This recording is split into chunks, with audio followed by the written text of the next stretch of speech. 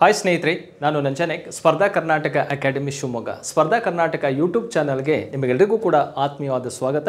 ಸ್ನೇಹಿತರೆ, ನಾವು ಮುಂದೆ ಬರ್ತಾ ಇರುವಂತಹ ಎಕ್ಸಾಮ್ಸ್ ಯಾವ್ಯಾವ ಎಕ್ಸಾಮಿಗೆ ನೀವು ತಯಾರಿ ನಡೆಸ್ತಾ ಇದ್ದೀರಿ ಅಂದರೆ ನೋಡಿ ಸ್ನೇಹಿತರೆ, KS ಆಗಿರ್ಬೋದು, ಹಾಗೆ PDO ಮತ್ತು VAO ಮತ್ತು PSI. ಸೊ ಇಷ್ಟು ಎಕ್ಸಾಮು ಇನ್ನೇನು ಕೆಲವೇ ದಿನದಲ್ಲಿ ಎಕ್ಸಾಮ್ ಡೇಟ್ಗಳು ಕೂಡ ಅನೌನ್ಸ್ ಆಗ್ಬೋದು. ಆ ಎಕ್ಸಾಮಿಗೆ ನೀವು ತಯಾರಿ ಕೂಡ ನಡೆಸ್ತಾ ಇದ್ದೀರಿ. ಅದಕ್ಕೆ ರಿಲೇಟೆಡ್ ಆಗಿ ಸ್ನೇಹಿತರೆ, ಈ ಒಂದು ಜನರಲ್ ಸ್ಟಡೀಸ್ ಪೇಪರಲ್ಲಿ ಜಿಯೋಗ್ರಫಿ ಅನ್ನುವಂಥದ್ದು ಕೂಡ ಒಂದು ಮಾಸ್ಟರ್ ಪೇಪರ್. ಈ ಜಿಯೋಗ್ರಫಿ ವಿಷಯಕ್ಕೆ ಸಂಬಂಧಪಟ್ಟಂತೆ ಕಾಮನ್ ಆಗಿ 10 to 15 ಕ್ವಶನ್ಸ್ಗಳು ರೈಸ್ ಆಗ್ತಾನೆ ಇರ್ತವೆ. ಹಾಗಾದರೆ ಎಲ್ಲ ಈ ಕಾಂಪಿಟೇಟಿವ್ ಎಕ್ಸಾಮ್ಸಲ್ಲಿ ಕೂಡ ಜನರಲ್ ಸ್ಟಡೀಸಲ್ಲಿ ಬರುವಂತಹ ಒಂದು ಪಾರ್ಟ್ ಯಾವುದಪ್ಪ ಅಂದರೆ ಜಿಯೋಗ್ರಫಿ.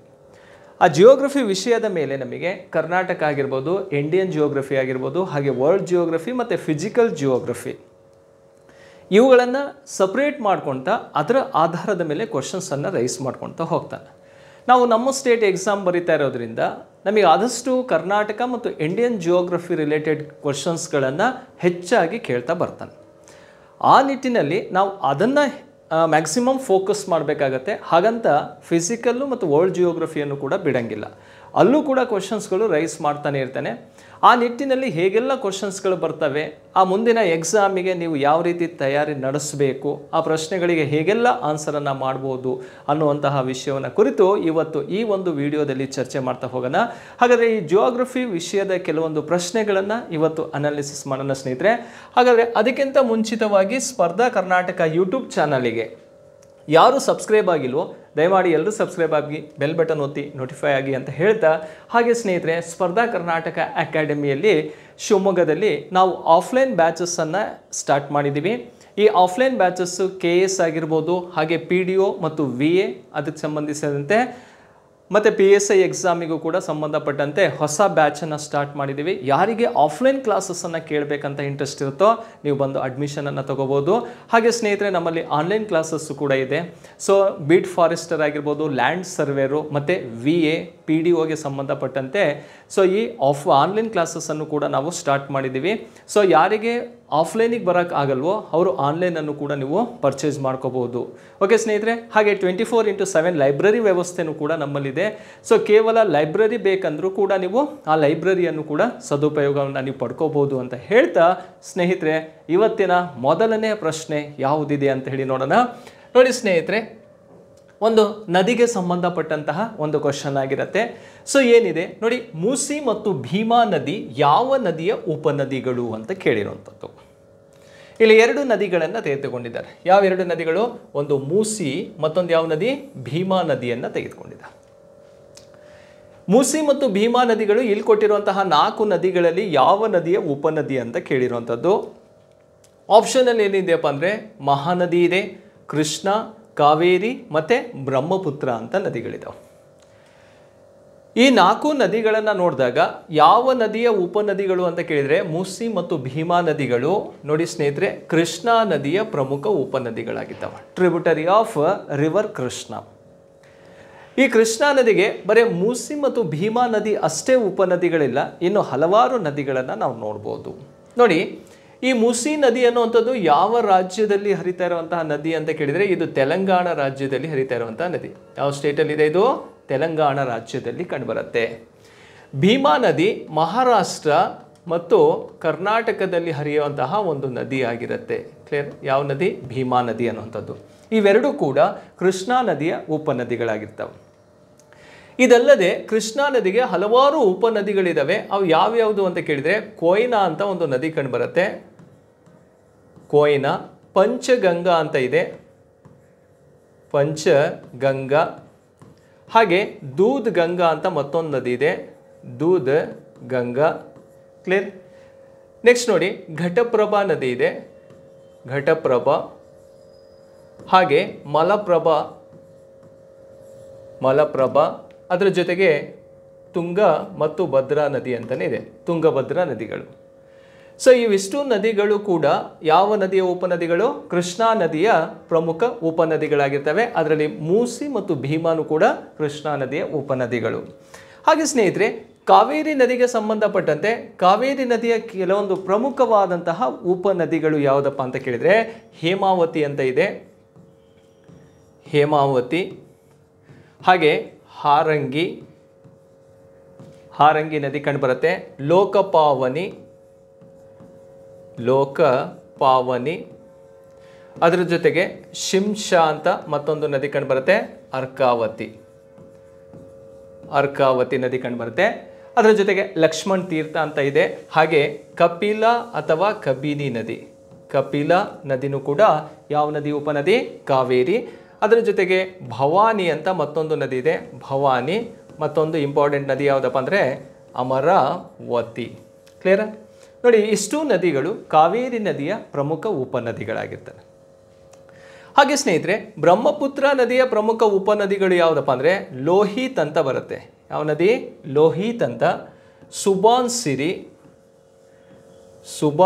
ಸಿರಿ ಅಂತ, ಮತ್ತಿನ್ನೊಂದು ಧನ್ ಸಿರಿ ಅಂತ ಬರುತ್ತೆ, ಧನ್ ಸಿರಿ. ಮತ್ತು ತೀಸ್ತಾ ಅಂತ ನದಿ ಕಂಡು ಬರುತ್ತೆ, ತೀಸ್ತಾ. ಮಾನಸ್ ಅಂತ ಮತ್ತೊಂದು ನದಿ ಇದೆ, ಮಾನಸ್. ಈ ನದಿಗಳೆಲ್ಲವೂ ಕೂಡ ಯಾವ ನದಿಯ ಪ್ರಮುಖ ಉಪನದಿಗಳು? ಬ್ರಹ್ಮಪುತ್ರ ನದಿಯ ಉಪನದಿಗಳು. ನೋಡಿ, ಪ್ರಶ್ನೆ ಅಷ್ಟೇ. ಇಲ್ಲಿ ಏನು ಕೇಳ್ತಾನೆ? ಮೈನ್ ರಿವರನ್ನು ಕೊಟ್ಟು ಟ್ರಿಬ್ಯೂಟರೀಸನ್ನು ಕೊಡ್ಬೋದು, ಅಥವಾ ಟ್ರಿಬ್ಯೂಟರಿ ಹೆಸರುಗಳನ್ನು ಕೊಟ್ಟು ಉಪನದಿಯ ಹೆಸರನ್ನು ಕೊಟ್ಟು ಯಾವ ನದಿಯ ಉಪನದಿಗಳು ಅಂತಲೂ ಕೂಡ ಪ್ರಶ್ನೆಯನ್ನು ಕೇಳೋ ಸಾಧ್ಯತೆ ಇರ್ತವೆ. ಸೊ ಏನಾದ್ರು ಕ್ವಶನ್ ಇರಲಿ, ನಾವು ಭಾರತದಲ್ಲಿರುವಂತಹ ಪ್ರಮುಖ ನದಿಗಳನ್ನು ಮತ್ತು ಅವುಗಳ ಉಪನದಿಗಳು ಯಾವ್ಯಾವುದು ಅಂತ ನಾವು ಕಾನ್ಸೆಪ್ಟನ್ನು ಅರ್ಥ ಮಾಡಿಕೊಂಡ್ರೆ ಕೇಳುವಂಥ ಇಂಥ ಒಂದು ಪ್ರಶ್ನೆಗೆ ಈಸಿಯಾಗಿ ನಾವು ಆನ್ಸರನ್ನು ಮಾಡ್ಬೋದು. ಸೊ ಇದು ಮೊದಲನೇ ಪ್ರಶ್ನೆಗೆ ಸರಿಯಾದಂಥ ಉತ್ತರ ಯಾವುದಾಯ್ತು? ಹಾಗಾದರೆ ಬಿ ಅನ್ನೋದು ಅಥವಾ ಎರಡನೇದು ಸರಿಯಾಗಿರುತ್ತೆ. ಸ್ನೇಹಿತರೆ, ಎರಡನೇ ಪ್ರಶ್ನೆಗೆ ಹೋಗೋಣ. ಭಾರತದ ದಕ್ಷಿಣದ ಬಿಂದು ಯಾವುದು ಅಂತ ಕೇಳಿದಾನೆ. Southern last point of India ಯಾವುದು ಅಂತ ಕೇಳಿರುವಂಥ ಪ್ರಶ್ನೆ. ಹಾಗಾದರೆ ಭಾರತದ ದಕ್ಷಿಣದ ಬಿಂದು ಯಾವುದಪ್ಪ ಅಂದರೆ ಕೇಫ್ ಕ್ಯಾಮೋರಿನ್ ಅಂತ ಇದೆ, ಇಂದಿರಾ ಪಾಯಿಂಟ್ ಅಂತ ಇದೆ, ಪಾಯಿಂಟ್ ಕ್ಯಾಲಿಮೋರ್ ಅಂತ ಇದೆ, ಮತ್ತು ಪೋರ್ಟ್ ಬ್ಲೇರ್ ಅಂತ 4 ಆಪ್ಷನ್ ಇದೆ. ಭಾರತದ ದಕ್ಷಿಣದ ಬಿಂದು ಯಾವುದು ಅಂತ ಕೇಳಿದರೆ ಅದಕ್ಕೆ ಸರಿಯಾದಂಥ ಉತ್ತರ ಯಾವುದಪ್ಪ ಅಂದರೆ ಇಂದಿರಾ ಪಾಯಿಂಟ್ ಅನ್ನುವಂಥದ್ದು ಭಾರತದ ದಕ್ಷಿಣದ ಬಿಂದುವಾಗಿರುತ್ತೆ. ಸರಿ, ಭಾರತದ ಗಡಿಯನ್ನು ನಾವು ನೋಡಿದಾಗ 4 ದಿಕ್ಕುಗಳನ್ನು ನಾವು ಕಾನ್ಸಂಟ್ರೇಟ್ ಮಾಡ್ತಾ ಹೋಗ್ತೀವಿ. ಹಾಗಾದರೆ ಆ 4 ದಿಕ್ಕುಗಳು ಯಾವ್ಯಾವುದು? ಆ 4 ದಿಕ್ಕಿನಲ್ಲಿ ಕೇಳ್ಬೋದಾದಂತಹ ಪ್ರಶ್ನೆಗಳನ್ನು ನಾವಿಲ್ಲಿ ಅಬ್ಸರ್ವ್ ಮಾಡ್ಬೋದು. ಯಾವ್ಯಾವ ರೀತಿ ಕ್ವಶನ್ಸನ್ನು ರೈಸ್ ಮಾಡ್ತಾನೆ ನೋಡಿ. ಭಾರತದ ಉತ್ತರದ ತುತ್ತ ತುದಿ ಯಾವುದು ಅಂತ ಕೇಳ್ತಾನೆ. Northern last point of India ಅಂತ ಕೇಳಿದರೆ ಅದು ಯಾವುದಪ್ಪ ಅಂದರೆ ಇಂದಿರಾ ಕೋಲ್ ಆಗಿರುತ್ತೆ. ಭಾರತದ ಉತ್ತರದ ತುತ್ತ ತುದಿ ಯಾವುದು? ಇಂದಿರಾ ಕೋಲ್. ಈ ಇಂದಿರಾ ಕೋಲ್ ಎಲ್ಲಿದೆಯಪ್ಪ ಅಂದರೆ ಲಡಾಖಲ್ಲಿ ಕಂಡುಬರುತ್ತೆ. ಎಲ್ಲಿದೆ ಇದು? ಲಡಾಖಲ್ಲಿ ಕಂಡುಬರುವಂಥದ್ದು ಇಂದಿರಾ ಕೋಲ್. ಹಿಂದೆ ಎಲ್ಲಿತ್ತಪ್ಪ ಅಂದರೆ ಅದು ಜಮ್ಮು ಕಾಶ್ಮೀರ್ ಭಾಗದಲ್ಲಿ ಇತ್ತು. ಈಗ ಪ್ರೆಸೆಂಟ್ ಎಲ್ಲಿದೆ? ಲಡಾಖಲ್ಲಿ ಕಂಡುಬರೋದು. ಲಡಾಖ್ ಎನ್ನುವಂಥದ್ದು ಒಂದು ಕೇಂದ್ರಾಡಳಿತ ಪ್ರದೇಶ. ಇದು ಭಾರತದ ಅತಿ ದೊಡ್ಡ ಕೇಂದ್ರಾಡಳಿತ ಪ್ರದೇಶನೂ ಕೂಡ ಹೌದು. ಇದು ಉತ್ತರದ ತುತ್ತ ತುದಿ, northern last point of India Indira ಕೋಲ್ ಆಗಿರುತ್ತೆ. ಹಾಗೆ eastern last point of India, ಭಾರತದ ಪೂರ್ವದ ತುತ್ತ ತುದಿ ಯಾವುದಪ್ಪ ಅಂದರೆ ಕಿಬೀತು ಅಂತ. ಭಾರತದ ಪೂರ್ವದ ತುತ್ತ ತುದಿ ಯಾವುದಪ್ಪ ಅಂದರೆ ಕಿಬೀತು ಅಂತ. ಸೊ ಕಿಬೀತು ಯಾವ ಸ್ಟೇಟಲ್ಲಿದೆ ಅಂತ ಕೇಳಿದರೆ ಅದು ಅರುಣಾಚಲ್ ಪ್ರದೇಶದಲ್ಲಿ ಕಂಡುಬರುವಂಥದ್ದು. ಸೊ ಇಲ್ಲೊಂದು ಡಿಸ್ಟಿಕ್ ಇದೆ ಲೋಹಿತ್ ಅಂಥೇಳಿ, ಆ ಭಾಗದಲ್ಲಿ ಲೋಹಿತ್ ನದಿಯೂ ಕೂಡ ಹರಿಯುತ್ತೆ. ಅದು ಭಾರತದ ಪೂರ್ವದ ತುತ್ತ ತುದಿ. ಹಾಗೆ ನೋಡಿ ಸ್ನೇಹಿತರೆ, ಭಾರತದ ಪಶ್ಚಿಮದ ತುತ್ತ ತುದಿ ಯಾವುದು ಅಂತ ಕೇಳಿದರೆ ರನ್ ಆಫ್ ಕಚ್ ಅಂತ, ಅಥವಾ ಗುವಾರ್ ಮೋಟಿ ಅಂತ. ಈ ರನ್ ಆಫ್ ಕಚ್ ಅಥವಾ ಗುವಾರ್ ಮೋಟಿ ಇದೆಯಲ್ಲ, ಯಾವ ಸ್ಟೇಟಲ್ಲಿ ಕಂಡುಬರುತ್ತಿದ್ದು? ಗುಜರಾತ್ ರಾಜ್ಯದಲ್ಲಿ ಕಂಡುಬರುತ್ತೆ. ಸ್ಟೇಟ್ ಯಾವುದಿದು? ಗುಜರಾತ್ ರಾಜ್ಯದಲ್ಲಿ ಕಂಡುಬರುತ್ತೆ. ಇದು ಭಾರತದ ಪಶ್ಚಿಮದ ತುತ್ತ ತುದಿ, western last point of India. ಹಾಗೆ ಭಾರತದ ದಕ್ಷಿಣದ ತುತ್ತ ತುದಿ ಅಂತ ಕೇಳಿದರೆ ಈ ಭಾಗ. ದಕ್ಷಿಣದಲ್ಲಿ ಯಾವುದು? ಭಾರತದ ಭೂಭಾಗದ, ಇದನ್ನು ತಲೆಯಲ್ಲಿ ಇಟ್ಕೊಳ್ಳಿ, ಭೂಭಾಗದ ದಕ್ಷಿಣದ ತುತ್ತ ತುದಿ ಯಾವುದು ಅಂತ ಕೇಳಿದರೆ, ಸೊ ಇದಕ್ಕೆ ನಾವು ಆನ್ಸರ್ ಮಾಡಬೇಕಾಗಿರೋದು ಯಾವುದಪ್ಪ ಅಂದರೆ ಕೇಫ್ ಕ್ಯಾಮೋರಿನ್ ಅಂತ. ಕ್ಲಿಯರ್? ಕೇಫ್ ಕ್ಯಾಮೋರಿನ್ ಅಂತ, ಅಥವಾ ಕನ್ಯಾಕುಮಾರಿ ಅಂತ ಕೇಳಿದ್ರಲ್ಲ, ಕನ್ಯಾಕುಮಾರಿ. ಇದು ಭಾರತದ ಭೂಗಡಿಯ ದಕ್ಷಿಣದ ತುತ್ತ ತುದಿ. ಕೇಫ್ ಕ್ಯಾಮೋರಿನ್ ಅನ್ನುವಂಥದ್ದು ಭಾರತದ ಭೂಗಡಿಯ ದಕ್ಷಿಣದ ತುತ್ತ ತುದಿಯಾಗಿರುತ್ತೆ. Southern last point of land frontier ಅಂತ ಕರೆಯೋದು ದಕ್ಷಿಣದ ತುತ್ತ ತುದಿಯನ್ನು. ಅದೇ ರೀತಿ ಇಲ್ಲಿ ಕೇಳಿದ್ರೆ ಭಾರತದ ದಕ್ಷಿಣದ ಬಿಂದು ಯಾವುದು, southern last point of India ಯಾವುದು ಅಂತ ಕೇಳಿದ್ದಾನೆ. ಆಪ್ಷನ್ ನೋಡ್ರಿ, ಇಲ್ಲಿ ನಮಗೆ ಕ್ಲಿಯರ್ ಆಯಿತು.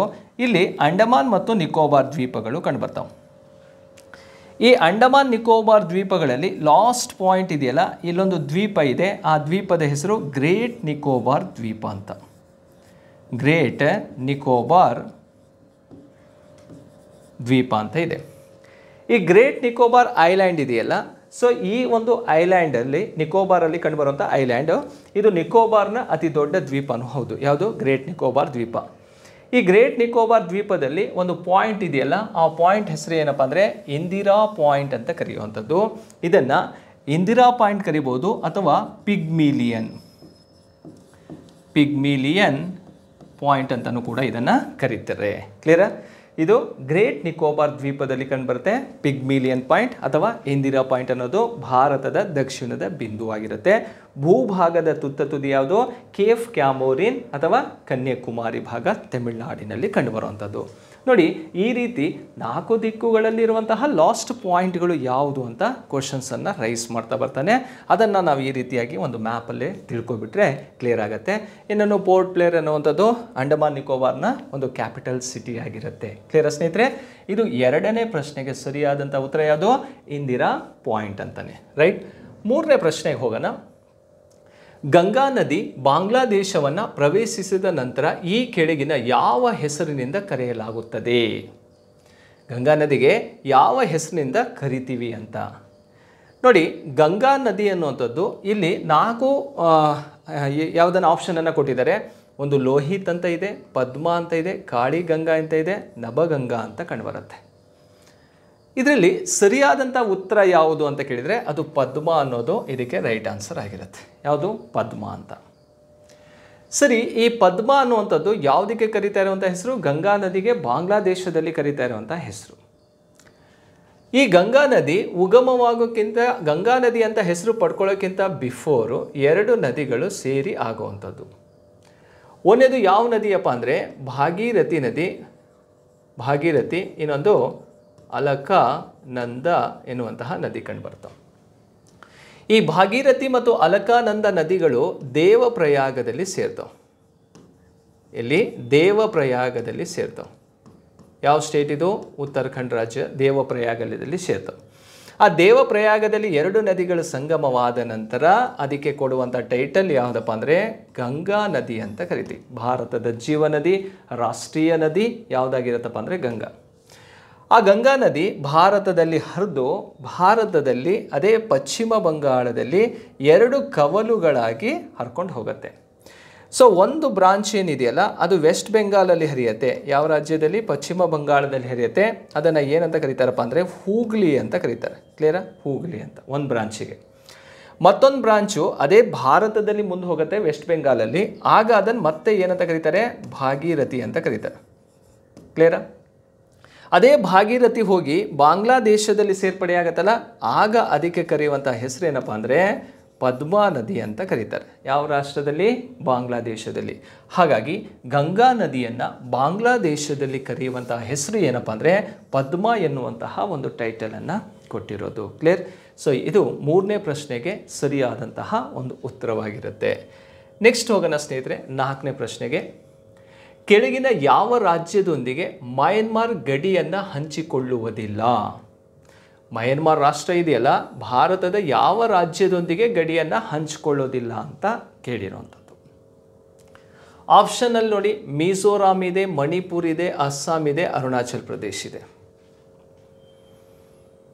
ಹಾಗಾದರೆ ಈ ಮಯನ್ಮಾರ್ ರಾಷ್ಟ್ರ ಏನಿದೆಯಲ್ಲ ಭಾರತದಲ್ಲಿ ಈಶಾನ್ಯ ರಾಜ್ಯಗಳೊಂದಿಗೆ ಗಡಿಯನ್ನು ಹಂಚಿಕೊಂಡಿರೋದು. ನಾರ್ತ್ ಈಸ್ಟ್ ಸ್ಟೇಟ್ ಇದಾವಲ್ಲ, ಆ ನಾರ್ತ್ ಈಸ್ಟ್ ಸ್ಟೇಟೊಂದಿಗೆ ಬಾರ್ಡರ್ ಶೇರ್ ಮಾಡ್ಕೊಂಡಿರುವಂತಹ ಕಂಟ್ರಿ ಯಾವುದು ಅಂತ ಕೇಳಿದರೆ ಅದು ಮಯನ್ಮಾರ್ ರಾಷ್ಟ್ರ. ಸೊ ಅದನ್ನು ನಾವು ಮ್ಯಾಪಲ್ಲಿ ನೋಡಿಬಿಟ್ರೆ ನಿಮಗೆ ಕ್ಲಿಯರ್ ಆಗಿಬಿಡುತ್ತೆ ಯಾವ ರೀತಿಯಲ್ಲಿ ಅದನ್ನು ಆನ್ಸರ್ ಮಾಡ್ಬೋದು ಅಂತ. ಸ್ನೇಹಿತರೆ ಇಲ್ಲಿ ನೋಡಿ, ಮಯನ್ಮಾರ್ ರಾಷ್ಟ್ರಕ್ಕೆ ಸಂಬಂಧಪಟ್ಟಂತೆ ಅದರ ಗಡಿ ಅಂತ ನೋಡಿದಾಗ ಇಲ್ಲಿಂದ ಈ ಕಡೆ ಏನಿದೆಯಲ್ಲ ಈ ಕಂಪ್ಲೀಟ್ ಏರಿಯಾ ಯಾವುದಪ್ಪ ಅಂದರೆ ಮಯನ್ಮಾರ್ ರಾಷ್ಟ್ರ. ಈ ಕಡೆ ಇರೋದು ಮಯನ್ಮಾರ್ ರಾಷ್ಟ್ರ. ಕ್ಲಿಯರಾ? ಇದು ಮಯನ್ಮಾರ್. ಮಯನ್ಮಾರ್ ರಾಷ್ಟ್ರ ಭಾರತದ ಯಾವ್ಯಾವ ರಾಜ್ಯಗಳೊಂದಿಗೆ ಗಡಿಯನ್ನು ಹಂಚಿಕೊಂಡಿದೆ ಅಂತ ಕೇಳಿದರೆ, ಫಸ್ಟ್ ನೋಡಿ ಅರುಣಾಚಲ್ ಪ್ರದೇಶ್ ಇದೆ, ಇಲ್ಲಿ ಯಾವುದಿದೆ ಅರುಣಾಚಲ್ ಪ್ರದೇಶ್. ನೆಕ್ಸ್ಟ್ ಅದಾದ ನಂತರ ನಾಗಾಲ್ಯಾಂಡ್ ಕಂಡುಬರುತ್ತೆ, ನಾಗಾಲ್ಯಾಂಡ್. ಅದಾದ ನಂತರ ಇಲ್ಲಿ ನೋಡಿ ಮಣಿಪುರ ಕಂಡುಬರುತ್ತೆ, ಮಣಿಪುರ್. ನೆಕ್ಸ್ಟ್ ಲಾಸ್ಟ್ ಒನ್ ಯಾವುದಿದೆ, ಮಿಜೋರಾಂ ಇದೆ, ಮಿಜೋರಾಂ. ಅರುಣಾಚಲ್ ಪ್ರದೇಶ್, ನಾಗಾಲ್ಯಾಂಡ್, ಮಣಿಪುರ ಮತ್ತು ಮಿಜೋರಾಂಗಳು ಯಾವ ರಾಷ್ಟ್ರದೊಂದಿಗೆ ಗಡಿಯನ್ನು ಹಂಚಿಕೊಂಡಿದ್ದಾವೆ? ಇವು ಮಯನ್ಮಾರ್ ರಾಷ್ಟ್ರದೊಂದಿಗೆ ಗಡಿಯನ್ನು ಹಂಚಿಕೊಂಡಿರುವಂಥದ್ದು. ಹಾಗಾದರೆ ಇಲ್ಲಿರುವಂತಹ ಆಪ್ಷನನ್ನು ನೋಡಿದಾಗ ಮಯನ್ಮಾರ್ ಗಡಿಯನ್ನು ಹಂಚಿಕೊಂಡಿದೆ, ಅರುಣಾಚಲ್ ಪ್ರದೇಶ್ ಅಂದರೆ ಗಡಿ ಹಂಚಿಕೊಂಡಿರುವಂತಹ ಒಂದು ರಾಜ್ಯ. ನೆಕ್ಸ್ಟು ಮಣಿಪುರವನ್ನು ಕೂಡ ಗಡಿ ಹಂಚಿಕೊಂಡಿರೋದು, ಮಣಿಪುರನೂ ಕೂಡ ಇದೆ, ಮಿಜೋರಾಮು ಕೂಡ ಇದೆ. ಅದರ ಜೊತೆಗೆ ಮತ್ತೊಂದು ಯಾವುದಿದೆ, ನಾಗಾಲ್ಯಾಂಡ್ ಇದೆ. ಆದರೆ ಸೊ ನೋಡಿ ಇಷ್ಟು ಏರಿಯಾ ಇದೆಯಲ್ಲ, ಈ ಏರಿಯಾ ಇದೆಯಲ್ಲ, ಇದು ಯಾವ ರಾಜ್ಯ ಅಂತ ಕೇಳಿದರೆ ಇದು ಅಸ್ಸಾಂ ಆಗಿರುತ್ತೆ. ಕ್ಲಿಯರಾ? ಈ ಅಸ್ಸಾಮು ಯಾವ ರಾಷ್ಟ್ರದೊಂದಿಗೆ ಗಡಿ ಹಂಚ್ಕೊಂಡಿಲ್ಲ? ಹಾಗಾದರೆ ಮಯನ್ಮಾರ್ನೊಂದಿಗೆ ಗಡಿಯನ್ನು ಹಂಚ್ಕೊಂಡಿಲ್ಲ. ಹಾಗಾಗಿ ಈ 4ನೇ ಪ್ರಶ್ನೆಗೆ ಸರಿಯಾದಂಥ ಉತ್ತರ ಯಾವುದು ಅಂತ ಕೇಳಿದರೆ ಅಸ್ಸಾಂ ಸ್ಟೇಟ್. ಕ್ಲಿಯರಾ? ನೋಡಿ ಅಸ್ಸಾಂ ರಾಜ್ಯ ಮಯನ್ಮಾರ್ನೊಂದಿಗೆ ಗಡಿ ಹಂಚ್ಕೊಂಡಿಲ್ಲ, ಆದರೆ ಯಾವ್ಯಾವ ರಾಷ್ಟ್ರಗಳೊಂದಿಗೆ ಗಡಿ ಹಂಚ್ಕೊಂಡಿದೆ ಅಂತ ಕೇಳಿದರೆ ಈ ಕಡೆ ಬಾಂಗ್ಲಾದೇಶದೊಂದಿಗೆ ಗಡಿ ಹಂಚ್ಕೊಂಡಿದೆ. ಯಾವ ರಾಜ್ಯ? ಅಸ್ಸಾಂ, ಬಾಂಗ್ಲಾದೇಶ್. ಅದರ ಜೊತೆಗೆ ಭೂತಾನ್ನೊಂದಿಗೂ ಕೂಡ ಗಡಿಯನ್ನು ಹಂಚ್ಕೊಂಡಿದೆ ಅಸ್ಸಾಂ. ಬಾಂಗ್ಲಾದೇಶ್ ಮತ್ತು ಭೂತಾನ್ ರಾಷ್ಟ್ರದೊಂದಿಗೆ ಅಸ್ಸಾಂ ಗಡಿ ಹಂಚ್ಕೊಂಡಿದೆ, ಆದರೆ ಯಾರೊಂದಿಗೆ ಬಾರ್ಡರ್ ಶೇರ್ ಆಗಿಲ್ಲ ಅಂತ ಕೇಳಿದರೆ ಮಯನ್ಮಾರ್ನೊಂದಿಗೆ ಇದು ಗಡಿಯನ್ನು ಹಂಚ್ಕೊಂಡಿಲ್ಲ. ಹಾಗಾಗಿ ಥರ್ಡ್ ಅನ್ನೋದು ಇದಕ್ಕೆ ರೈಟ್ ಆನ್ಸರ್ ಆಗಿರುತ್ತೆ. ನೆಕ್ಸ್ಟ್ ಸ್ನೇಹಿತರೆ, ಮತ್ತೊಂದು ಪ್ರಮುಖವಾದಂತಹ ಒಂದು ಕ್ವಶನಿಗೆ ಹೋಗೋಣ. 5ನೇ ಪ್ರಶ್ನೆ, ಪರ್ಯಾಯ ಆರ್ದ್ರ ಮತ್ತು ಶುಷ್ಕ ಅವಧಿಗಳೊಂದಿಗೆ ಹೆಚ್ಚಿನ ತಾಪಮಾನ, ಈ ಪದ ಅರ್ಥ ಮಾಡ್ಕೊಳ್ಳಿ, ಹೆಚ್ಚಿನ ತಾಪಮಾನ ಹಾಗೆ ಭಾರೀ ಮಳೆಯ ಪರಿಸ್ಥಿತಿಯಲ್ಲಿ ಯಾವ ಮಣ್ಣು ರೂಪುಗೊಳ್ಳುತ್ತದೆ? ಈ ಓವರಾಲ್ ಈ ಕ್ವಶನನ್ನು ಶಾರ್ಟಾಗಿ ನೋಡೋದಾದರೆ, ಹೈ ಟೆಂಪ್ರೇಚರ್ ಅಂದರೆ ಉಷ್ಣಾಂಶ ಹೆಚ್ಚಿರುತ್ತೆ, ಮಳೆನೂ ಕೂಡ ಹೆಚ್ಚಿರುತ್ತೆ. ಮಳೆನೂ ಕೂಡ ಏನಾಗಿದೆಯಪ್ಪ ಅಂದರೆ ಹೆಚ್ಚಿರುತ್ತೆ. High temperature, high rainfall condition ಇದ್ದಾಗ ಆ ಏರಿಯಾದಲ್ಲಿ ಯಾವ ಮಣ್ಣು ನಿರ್ಮಾಣವಾಗುತ್ತೆ? ಇಲ್ಲಿ ಜನರಲಿ ನಾವು ನೋಡಿದಾಗ ಸರಾಸರಿ 250 ಸೆಂಟಿಮೀಟರ್ಗಿಂತ ಹೆಚ್ಚು ಮಳೆ ಬೀಳುವಂಥ ಪ್ರದೇಶವಾಗಿರುತ್ತದು. ಮತ್ತೊಂದು ಏನಪ್ಪ ಅಂದರೆ 25ರಿಂದ 27 ಡಿಗ್ರಿ ಸೆಂಟಿಗ್ರೇಡಷ್ಟು ಟೆಂಪ್ರೇಚರ್ ಇರುತ್ತೆ, ಹ್ಯುಮಿಡಿಟಿನೂ ಕೂಡ ಇರುತ್ತೆ, ಅಂದರೆ ತೇವಾಂಶವನ್ನು ಹೊಂದಿರುತ್ತೆ. ಸೊ ಇಂತಹ ಪ್ರದೇಶಗಳಲ್ಲಿ ಯಾವ ಮಣ್ಣು ಕಂಡುಬರುತ್ತೆ ಅಂತ ಕೇಳಿದ್ರೆ 4 ಆಪ್ಷನ್ ಇದ್ದಾವೆ. ಒಂದು ಕೆಂಪು ಮಣ್ಣಿದೆ, ಕಪ್ಪು ಮಣ್ಣು, ಮರುಭೂಮಿಯ ಮಣ್ಣು, ಲ್ಯಾಟರೇಟ್ ಸಾಯಿಲ್ ಅಂತ ಇದೆ, ಅಂದರೆ ಜಂಬಿಟ್ಟಿಗೆ ಮಣ್ಣು ಅಂತ. ಇದಕ್ಕೆ ಸರಿಯಾದಂಥ ಉತ್ತರ ಯಾವುದಪ್ಪ ಅಂದರೆ ಲ್ಯಾಟರೇಟ್ ಸಾಯಿಲ್ ಆಗಿರುತ್ತೆ. ಲ್ಯಾಟರೇಟ್ ಮಣ್ಣಿದೆಯಲ್ಲ, ಯಾವ ಪ್ರದೇಶದಲ್ಲಿ ಮಳೆಯ ಪ್ರಮಾಣ ಜಾಸ್ತಿ ಇರುತ್ತೆ, ಯಾವ ಪ್ರದೇಶದಲ್ಲಿ ಉಷ್ಣಾಂಶ ಜಾಸ್ತಿ ಇರುತ್ತೋ ಆ ಭಾಗದಲ್ಲಿ ಕಂಡುಬರುವಂತಹ ಪ್ರಮುಖವಾದಂಥ ಮಣ್ಣು ಯಾವುದಪ್ಪ ಅಂದರೆ ಲ್ಯಾಟರೇಟ್ ಅಥವಾ ಜಂಬಿಟ್ಟಿಗೆ ಮಣ್ಣು ಕಂಡುಬರುತ್ತೆ. ಓಕೆ, ಜಂಬಿಟ್ಟಿಗೆ ಮಣ್ಣು ಕಂಡೀಷನ್ ಇಷ್ಟೇ ಅರ್ಥ ಮಾಡ್ಕೊಳ್ಳಿ, ಹೈ ಟೆಂಪ್ರೇಚರ್ ಇರಬೇಕು, ಹೈ ರೈನ್ಫಾಲ್ ಇರಬೇಕು. ಅದೇ ಡೆಫಿನೇಷನ್ ಸ್ವಲ್ಪ ಔಟ್ ಮಾಡೋಣ. ಹೈ ಟೆಂಪ್ರೇಚರ್ ಇರುತ್ತೆ, ಲೋ ರೈನ್ಫಾಲ್ ಇರುತ್ತೆ, ಅಂದರೆ ಬಿಲೋ 50 ಸೆಂಟಿಮೀಟರ್ ರೈನ್ಫಾಲ್ ಇರುತ್ತೆ. ನೋಡಿ, ಉಷ್ಣಾಂಶ ಹೆಚ್ಚಿರುತ್ತೆ, ಟೆಂಪ್ರೇಚರ್ ಹೈ ಇರುತ್ತೆ, ಆದರೆ ಮಳೆಯ ಪ್ರಮಾಣ ಏನಾಗಿರುತ್ತಪ್ಪ ಅಂದರೆ ಕಡಿಮೆ ಇರುತ್ತೆ. ಈ ಪ್ರದೇಶದಲ್ಲಿ ಕಂಡುಬರುವಂಥ ಮಣ್ಣು ಯಾವುದಪ್ಪ ಅಂದರೆ ಅದು ಡೆಸರ್ಟ್ ಸಾಯಿಲ್ ಆಗಿರುತ್ತೆ. ಯಾವುದು? ಮರುಭೂಮಿಯ ಮಣ್ಣು ಆಗಿರುತ್ತೆ. ಓಕೆ, ನೆಕ್ಸ್ಟ್ ನೋಡಿ, ಕೆಂಪು ಮಣ್ಣು ಹೇಗೆ ನಿರ್ಮಾಣವಾಗುತ್ತೆ? ಗ್ರಾನೈಟ್ ಶಿಲೆಗಳ ಶಿಥಲೀಕರಣದಿಂದ ನಿರ್ಮಾಣವಾಗುತ್ತೆ. Weathering of granite rocks. ಯಾವ ಸಾಯಿಲ್ ಫಾರ್ಮೇಷನ್ ಆಗುತ್ತೆ? Red soil. ಹಾಗೆ ಕಪ್ಪು ಮಣ್ಣು ಹೇಗೆ ನಿರ್ಮಾಣವಾಗುತ್ತೆ? ಇದು ಬಸಾಲ್ಟ್ ಶಿಲೆಗಳ ಶಿಥಲೀಕರಣದಿಂದ ನಿರ್ಮಾಣವಾಗುವಂಥ ಮಣ್ಣು ಯಾವುದಪ್ಪ ಅಂದರೆ ಅದು ಕಪ್ಪು ಮಣ್ಣು ಆರ್ ಬ್ಲಾಕ್ ಸಾಯಿಲ್ ಆಗಿರುತ್ತೆ. ರೈಟ್, ನೋಡಿ ಬ್ಲಾಕ್ ಸಾಯಿಲ್ ಹೇಗಾಯಿತು, ರೆಡ್ ಸಾಯಿಲ್ ಹೇಗಾಯಿತು, ಡೆಸರ್ಟ್ ಸಾಯಿಲ್ ಹೇಗೆ ಫಾರ್ಮೇಷನ್ ಆಗುತ್ತೆ, ದೆನ್ ಲ್ಯಾಟರೇಟ್ ಸಾಯಿಲ್ ಯಾವ ರೀತಿ ಆಗುತ್ತೆ. ಸೊ ಈ ರೀತಿ ಮಣ್ಣಿನ ವಿಧಗಳನ್ನು ನೋಡಿದಾಗ ಇವು ಮೇಜರ್ ಸಾಯಿಲ್ಸ್ಗಳಾಗಿರ್ತವೆ. ಭಾರತದಲ್ಲಿ ಪ್ರಮುಖವಾದಂತಹ ಒಂದು ಮಣ್ಣುಗಳಲ್ಲಿ ಈ 4 ವಿಧಗಳನ್ನು ನಾವು ನೋಡ್ತೀವಿ. ಅದರ ಜೊತೆ ಅತಿ ವಿಸ್ತಾರವಾಗಿ ಹರಡಿರುವಂಥ ಮಣ್ಣು ಯಾವುದು? ಅಲುವಿಯಲ್ ಸಾಯಿಲ್ ಕಂಡುಬರುತ್ತೆ, ಅಂದರೆ ಮೆಕ್ಕಲು ಮಣ್ಣು. ಈ ಅಲುವಿಯಲ್ ಸಾಯಿಲ್ ಇದೆಯಲ್ಲ, ರಿವರ್ ಡೆಪಾಸಿಟ್ ಇಂದ ಫಾರ್ಮೇಷನ್ ಆಗೋದು, ಅಂದರೆ ನದಿಗಳ ಸಂಚಯನ ಕಾರ್ಯದಿಂದ ನಿರ್ಮಾಣವಾಗುವಂತಹ ಮಣ್ಣು ಯಾವುದಪ್ಪ ಅಂದರೆ ಅದೇ ಯಾವುದು ಅಲುವಿಯಲ್ ಸಾಯಿಲ್ ಆಗಿರುತ್ತೆ. ಮೆಕ್ಕಲು ಮಣ್ಣನ್ನು ನಾವು ನೋಡ್ಬೋದು. ಇವು ಭಾರತದಲ್ಲಿ ಕಂಡುಬರುವಂತಹ ಪ್ರಮುಖವಾದಂತಹ ಮಣ್ಣಿನ ವಿಧಗಳು ಸಹ ಆಗಿರ್ತವೆ. ಆದರೆ ಸರಿಯಾದಂಥ ಉತ್ತರ ಯಾವುದಾಗಿದ್ರೆ ಲ್ಯಾಟರೈಟ್ ಸಾಯಿಲ್ ಅನ್ನೋದು ಇದಕ್ಕೆ ರೈಟ್ ಆನ್ಸರ್ ಆಗಿರುತ್ತೆ. 6ನೇ ಪ್ರಶ್ನೆ ಹೋಗೋಣ. ಲಿಗ್ನೈಟ್ ಒಂದು ವಿಧವಾಗಿದೆ. ಲಿಗ್ನೈಟ್ ಅನ್ನುವಂಥದ್ದು ಯಾವ ಖನಿಜದ ಒಂದು ವಿಧ ಅಂತೇಳಿ ಕೇಳಿರೋಂಥ ಪ್ರಶ್ನೆ, ರೈಟ್? ಕಬ್ಬಿಣದ ಅದಿರು, ತಾಮ್ರ, ಕಲ್ಲಿದ್ದಲು, ಸುಣ್ಣದ ಕಲ್ಲು ಅಂತ 4 ಆಪ್ಷನ್ ಇದ್ದಾವೆ. ಇದಕ್ಕೆ ಸರಿಯಾದಂಥ ಉತ್ತರ ಯಾವುದಪ್ಪ ಅಂದರೆ ಕಲ್ಲಿದ್ದಲು. ಸೊ ನೋಡಿ, ಕಲ್ಲಿದ್ದಲಿನಲ್ಲಿ 4 ವಿಧಗಳನ್ನು ನೋಡ್ತೀವಿ. ಒಂದು ಆಂಥ್ರಾಸೈಟ್, ಬಿಟುಮಿನಸ್, ಲಿಗ್ನೈಟ್, ಪೀಟ್ ಅಂತ ಬರ್ತಾವೆ. ಅದರಲ್ಲಿ ಫಸ್ಟ್ ಕ್ವಾಲಿಟಿ ಯಾವುದು ಆಂಥ್ರಾಸೈಟ್, ಸೆಕೆಂಡ್ ಯಾವುದು ಬಿಟುಮಿನಸ್, ಥರ್ಡ್ ಯಾವುದು ಲಿಗ್ನೈಟ್ ಮತ್ತು ಇನ್ನೊಂದು ಯಾವುದು ಪೀಟ್ ಅಂತ ಕಂಡುಬರುತ್ತೆ. ಸೊ ಈ 4 ವಿಧದ ಒಂದು ಅದಿರು ಯಾವುದಪ್ಪ ಅಂದರೆ ಅದರಲ್ಲಿ ಲಿಗ್ನೈಟು ಕೂಡ ಒಂದಾಗಿರುತ್ತೆ. ಲಿಗ್ನೈಟ್ ಅನ್ನೋದು ಯಾವುದರ ಒಂದು ಅದಿರು ಅಂತ ಕೇಳಿದಾಗ ಕಲ್ಲಿದ್ದಲಿನ ಒಂದು ಅದಿರಾಗಿರುತ್ತೆ. ಹಾಗಾದರೆ ಫಸ್ಟ್ ಕ್ವಾಲಿಟಿ ಕೋಲ್ ಯಾವುದಂತ ಕೇಳಿದರೆ ಆಂಥ್ರಾಸೈಟ್, ಕ್ಲಿಯರಾ? ಲಾಸ್ಟ್ ಕ್ವಾಲಿಟಿ ಯಾವುದಪ್ಪ ಅಂದರೆ ಪೀಟ್ ಕಂಡುಬರುತ್ತೆ. ಓಕೆ, ಹಾಗೆ ಕಬ್ಬಿಣದ ಅದಿರಿನಲ್ಲೂ ಕೂಡ 4 ವಿಧಗಳಿದ್ದಾವೆ. ಅವು ಯಾವ್ಯಾವುದು? ಕಬ್ಬಿಣದ ಅದಿರಿನಲ್ಲಿ ಮ್ಯಾಗ್ನೆಟೈಟ್, ಹೆಮಾಟೈಟ್, ಲಿಮೋನೈಟ್ ಮತ್ತು ಸಿಡರೈಟ್ ಅಂತ ಕಂಡುಬರ್ತಾವೆ. ಅದರಲ್ಲಿ ಬೆಸ್ಟ್ ಫಸ್ಟ್ ಕ್ವಾಲಿಟಿ ಯಾವುದು ಅಂತ ಕೇಳಿದರೆ ಮ್ಯಾಗ್ನೆಟೈಟ್, ಸೆಕೆಂಡ್ ಯಾವುದಪ್ಪ ಅಂದರೆ ಹೆಮಟೈಟ್. ಆ ಮ್ಯಾಗ್ನೆಟೈಟಲ್ಲಿ ಕರ್ನಾಟಕದಲ್ಲಿ ಅತಿ ಹೆಚ್ಚು ಕಂಡುಬರುವಂತಹ ಕಬ್ಬಿಣದ ಅದಿರು ಯಾವುದಪ್ಪ ಅಂದರೆ ಮ್ಯಾಗ್ನೆಟೈಟ್. ಆಲ್ ಓವರ್ ಇಂಡಿಯಾದಲ್ಲಿ, ಭಾರತದಲ್ಲಿ ಅತಿ ಹೆಚ್ಚು ಕಂಡುಬರುವಂತಹ ಕಬ್ಬಿಣದ ಅದಿರು ಯಾವುದು ಅಂತ ಕೇಳಿದರೆ ಅದು ಹೆಮಾಟೈಟ್ ಆಗಿರುತ್ತೆ. ಕರ್ನಾಟಕ ಕೇಳಿದರೆ ಮ್ಯಾಗ್ನೆಟೈಟ್ ಆನ್ಸರ್ ಮಾಡಿ, ಆಲ್ ಓವರ್ ಇಂಡಿಯಾ ಅಂತ ಕೇಳಿದರೆ ಹೆಮಾಟೈಟ್ ಅತಿ ಹೆಚ್ಚು ಕಂಡುಬರೋದು. ಓಕೆ, ಸೊ ಒಡಿಸ್ಸಾ ರಾಜ್ಯದ ಭಾಗದಲ್ಲಿ ಅತಿ ಹೆಚ್ಚು ಕಂಡುಬರುತ್ತೆ. ಕರ್ನಾಟಕದಲ್ಲಿ ಬಳ್ಳಾರಿ ಜಿಲ್ಲೆಗಳಲ್ಲಿ ಅಥವಾ ಬಳ್ಳಾರಿ ಜಿಲ್ಲೆಯಲ್ಲಿ ಏನಾಗುತ್ತೆ, ಈ ಕಬ್ಬಿಣದ ಅದಿರಿನ ನಿಕ್ಷೇಪ ಹೆಚ್ಚಾಗಿರುತ್ತೆ. ಹಾಗೆ ಹೊಸಪೇಟೆ ಆಗಿರ್ಬೋದು, ಚಿಕ್ಕಮಗಳೂರು ಆಗಿರ್ಬೋದು, ಶಿವಮೊಗ್ಗ, ಚಿತ್ರದುರ್ಗ ಈ ಭಾಗದಲ್ಲೂ ಕೂಡ ಕಬ್ಬಿಣದ ಅದಿರು ಹೆಚ್ಚು ಕಂಡುಬರುತ್ತೆ. ಓಕೆ, ಸೊ ಅದು ನಮಗೆ ಗೊತ್ತಿರಬೇಕಾಗತ್ತೆ. ಲಿಗ್ನೈಟ್ ಅನ್ನೋದು ಯಾವುದಕ್ಕೆ ಸಂಬಂಧಿಸಿರೋದು? ಹಾಗಾದರೆ ಕಲ್ಲಿದ್ದಲು, ರೈಟ್? ಇದು 6ನೇ ಪ್ರಶ್ನೆಗೆ ಸರಿ ಉತ್ತರ ಆಗಿರುತ್ತೆ. ಕೆಳಗಿನವುಗಳಲ್ಲಿ ಯಾವುದು ಪೂರ್ವ ಕರಾವಳಿಯ ಭಾಗವಾಗಿದೆ? East coastal, part of East coastal ಯಾವುದಂತ ಕೇಳಿದ್ದಾನೆ. ಆಪ್ಷನ್ ನೋಡಿ, ಕೋರಮಂಡಲ ಕರಾವಳಿ, ಕೊಂಕಣ್ ಕರಾವಳಿ, ಮಲಬಾರ್ ಕರಾವಳಿ, ಗುಜರಾತ್ ಕರಾವಳಿ ಅಂತ ಇದೆ. ಇದಕ್ಕೆ ಆನ್ಸರ್ ಆಮೇಲೆ ನೋಡೋಣ.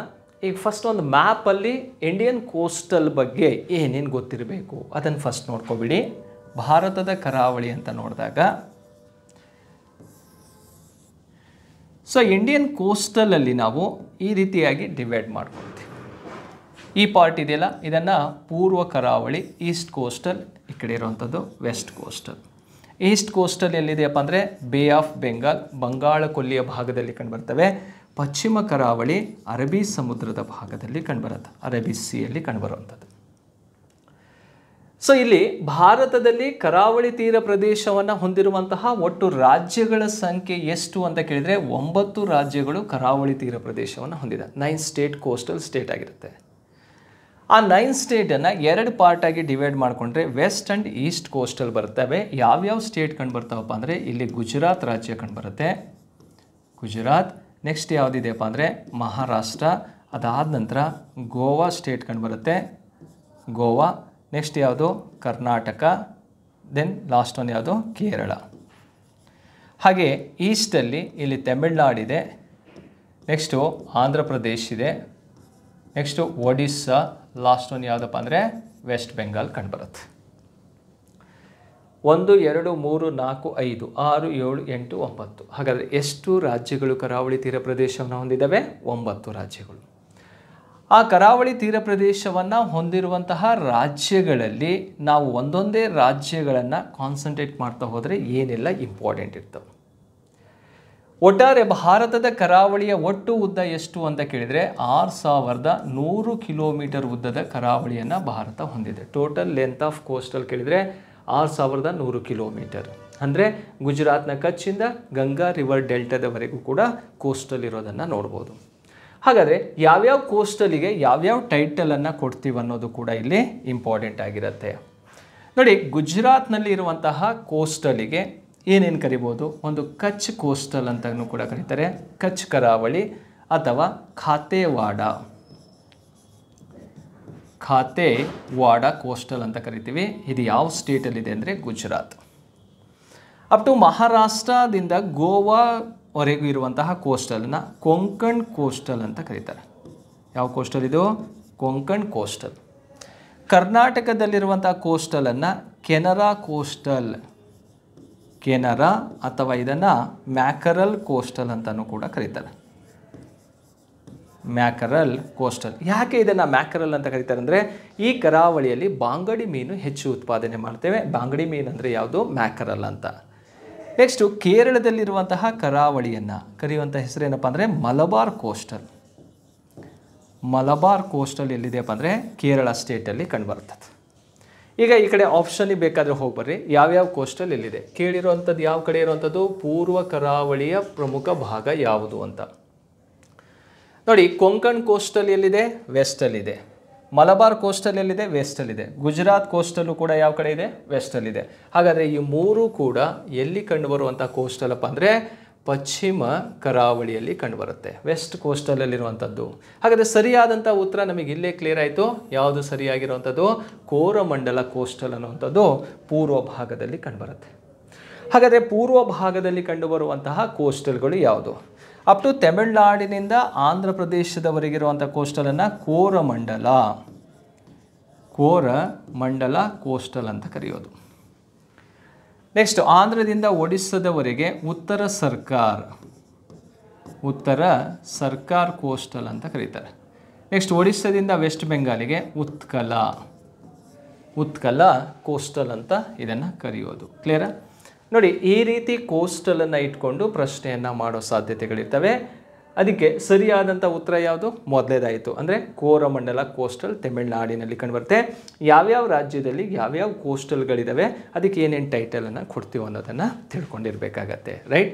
ಇದು 7ನೇ ಪ್ರಶ್ನೆಗೆ ಸರಿಯಾದಂಥ ಉತ್ತರ ಯಾವುದು? 1ನೇದು ಸರಿಯಾಗಿರುತ್ತೆ. 8ನೇ ಪ್ರಶ್ನೆಗೆ ಹೋಗೋಣ. ಭಾರತದಲ್ಲಿ ಈ ಕೆಳಗಿನ ಯಾವ ಸ್ಥಳವು ಪರಮಾಣು ವಿದ್ಯುತ್ ಸ್ಥಾವರವನ್ನು ಹೊಂದಿಲ್ಲ? ನ್ಯೂಕ್ಲಿಯರ್ ಪವರ್ ಪ್ಲಾಂಟ್ ಅಲ್ಲ ಅನ್ನುವಂಥದ್ದನ್ನು ಪ್ರಶ್ನೆ ಕೇಳಿದ್ದಾನೆ. ಹಾಗಾದರೆ ಎಲ್ಲೆಲ್ಲಿ ನ್ಯೂಕ್ಲಿಯರ್ ಪವರ್ ಪ್ಲಾಂಟ್ ಇದ್ದಾವೆ ನೋಡಿ.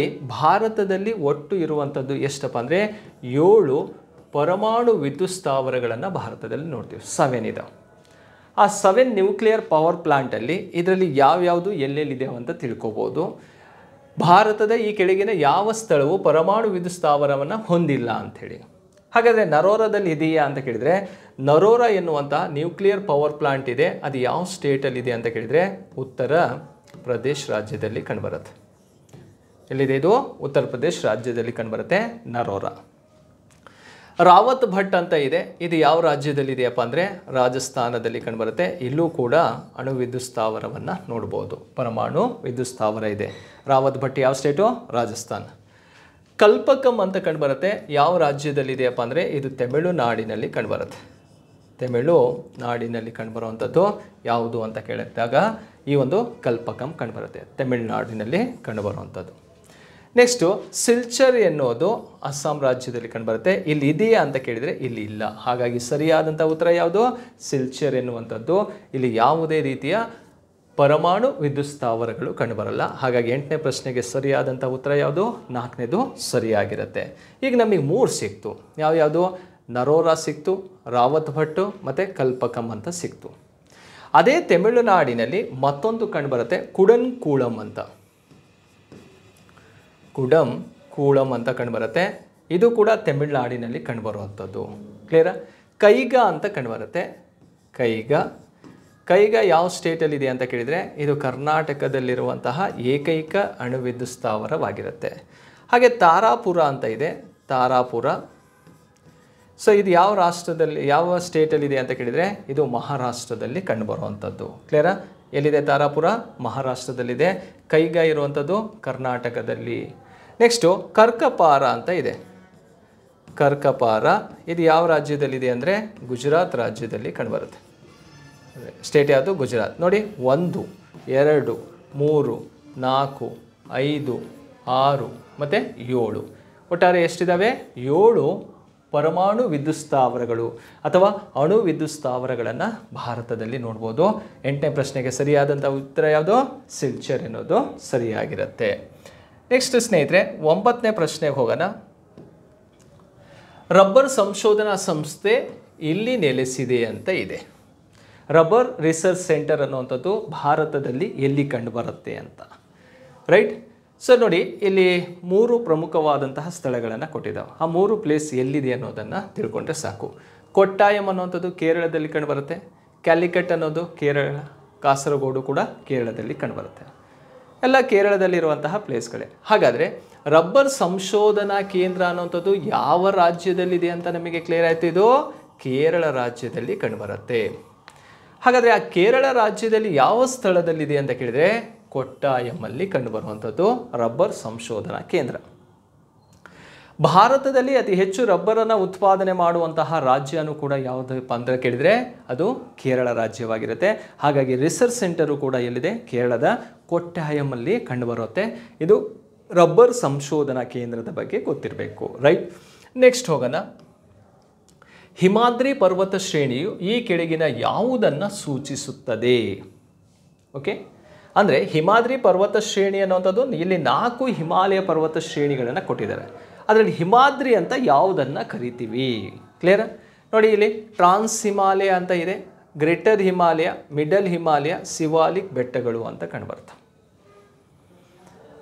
ಸರಿ, ಇದರಲ್ಲಿ 2 ಭಾಗಗಳನ್ನು ಮಾಡ್ಕೊಳ್ತೀವಿ. ಒಂದು ಪಾರ್ಟನ್ನು ಇದು ಟ್ರಾನ್ಸ್ ಹಿಮಾಲಯ ಅನ್ನೋಂಥದ್ದು ಒಂದು ಭಾಗ, ಮತ್ತು ಹಿಮಾಲಯದಲ್ಲಿ 3 ಭಾಗ, ಗ್ರೇಟರ್, ಮಿಡಲ್, ಸಿವಾಲಿಕ್ ಹಿಮಾಲಯ ಅಂತ ಕಂಡುಬರುತ್ತೆ.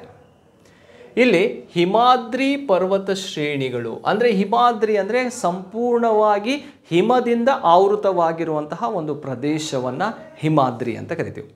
ಹಾಗಾದರೆ ಕಂಪ್ಲೀಟ್ ಹಿಮದಿಂದ ಆವೃತವಾಗಿರುವಂಥ ಪ್ರದೇಶ ಯಾವುದು ಅಂತ ಕೇಳಿದರೆ ಸಿವಾಲಿಕ್ ಹಿಮಾಲಯನೋ, ಮಧ್ಯ ಹಿಮಾಲಯನೋ, ಗ್ರೇಟರ್ ಅಥವಾ ಟ್ರಾನ್ಸ್ ಹಿಮಾಲಯ.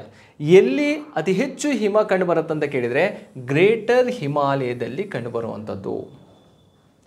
ಈ ಹಿಮಾಲಯ ಪರ್ವತದಲ್ಲೇ ಮೊದಲು ನಿರ್ಮಾಣವಾದಂತಹ ಪರ್ವತ ಶ್ರೇಣಿ ಯಾವುದಪ್ಪ ಅಂದರೆ ಗ್ರೇಟರ್ ಹಿಮಾಲಯ. ಈ ಗ್ರೇಟರ್ ಹಿಮಾಲಯ ಇದೆಯಲ್ಲ, ಇದನ್ನು ಮಹಾ ಹಿಮಾಲಯ ಅಂತಲೂ ಕೂಡ ಕರೀತಾರೆ. ಮಹಾ ಹಿಮಾಲಯ ಅಥವಾ ಹಿಮದ ಮನೆ ಅಂತಲೂ ಕೂಡ ಕರೀತಾರೆ ಇದಕ್ಕೆ. ಯಾಕಂದರೆ ಈ ಇಲ್ಲಿರುವಂತಹ ಭೂಭಾಗದ ಯಾವ ಕಾರಣಕ್ಕೂ ಭೂಮಿ ಕಾಣಿಸಲ್ಲ ನಮಗೆ, ಸಂಪೂರ್ಣವಾಗಿ ಏನಾಗಿರುತ್ತೆ ಅಂದರೆ ಹಿಮದಿಂದ ಆವೃತವಾಗಿರುತ್ತೆ. ಯಾಕಂದರೆ ಇದು ಅತಿ ಎತ್ತರವಾದಂತಹ ಒಂದು ಪರ್ವತ ಶ್ರೇಣಿಯಾಗಿರುತ್ತೆ. ಪ್ರಪಂಚದಲ್ಲೇ ಅತಿ ಎತ್ತರವಾದಂತಹ ಪರ್ವತ ಶಿಖರಗಳು ಯಾವ ಹಿಮಾಲಯದಲ್ಲಿ ಕಂಡುಬರುತ್ತೆ ಅಂದರೆ ಹಿಮಾದ್ರಿ ಪರ್ವತದಲ್ಲಿ ಕಂಡುಬರುತ್ತೆ ಅಥವಾ ಗ್ರೇಟ್ ಹಿಮಾಲಯದಲ್ಲಿ ಇರುವಂಥದ್ದು. ಮೌಂಟ್ ಎವರೆಸ್ಟ್ ಆಗಿರ್ಬೋದು, ಕಾಂಚನಜುಂಗ ಆಗಿರ್ಬೋದು, ನಂದಾದೇವಿ, ಮಾಕುಲಾ ಅಂತ ಕಂಡುಬರ್ತವೆ. ಓಕೆ, ಸೊ ಇವೆಲ್ಲವನ್ನು ಕೂಡ ನಾವು ಯಾವ ಹಿಮಾಲಯದಲ್ಲಿ ನೋಡ್ತೀವಿ? ಗ್ರೇಟ್ ಹಿಮಾಲಯದಲ್ಲಿ ನೋಡ್ತೀವಿ.